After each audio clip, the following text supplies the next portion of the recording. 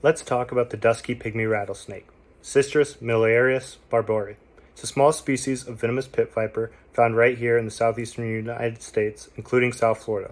It can be especially common in soft sandy soil surrounded by palms and palmettos. This species is typically solitary, but during breeding season it can be found in social groups and breeding pairs. The dusky pygmy rattlesnake perceives the world very differently than you or I do. When I say this, I mean it has a unique umwelt. The species does not see well, and therefore it can't rely on vision as its primary way of sensing the world around it. Rather, it relies on taste or chemoreception by flicking its tongue and very sensitive heat pits to outline heat signatures of the world around it. Furthermore, dusky pygmy rattlesnakes are ectotherms, meaning they rely on outside heat sources to maintain internal body temperature to survive. When it is a cold day in South Florida, the species will typically sit still to conserve energy. However, on warmer days, dusky pygmy rattlesnakes are much more likely to be found on the move looking for prey. This response to their environment is a form of thermokinesis that the species uses in order to increase its chances of survival.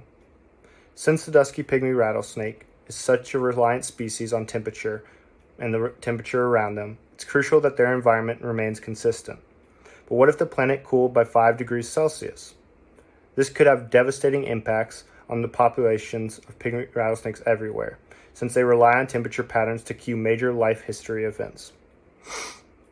A 5-degree drop could lead to missed breeding seasons, infertile incubation, and even death by freezing or starvation.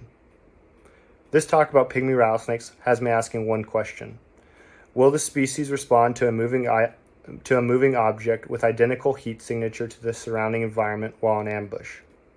I hypothesize that even though the pygmy rattlesnake can see the object, it will remain motionless since the heat signature does not match that of a potential predator or prey species, thus conserving energy and remaining hidden to other potential threats.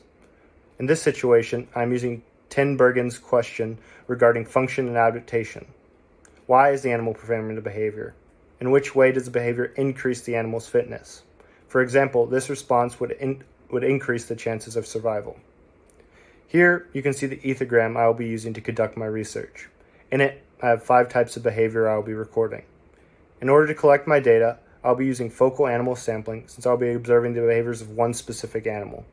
In order to enhance the quality of my observational data, I'll be using thermal cameras to make sure the object matches the surrounding environment, and furthermore, I'll be sure to remain as far as possible from the study animal over the sampling period in order to avoid my heat signature interfering with the data collection.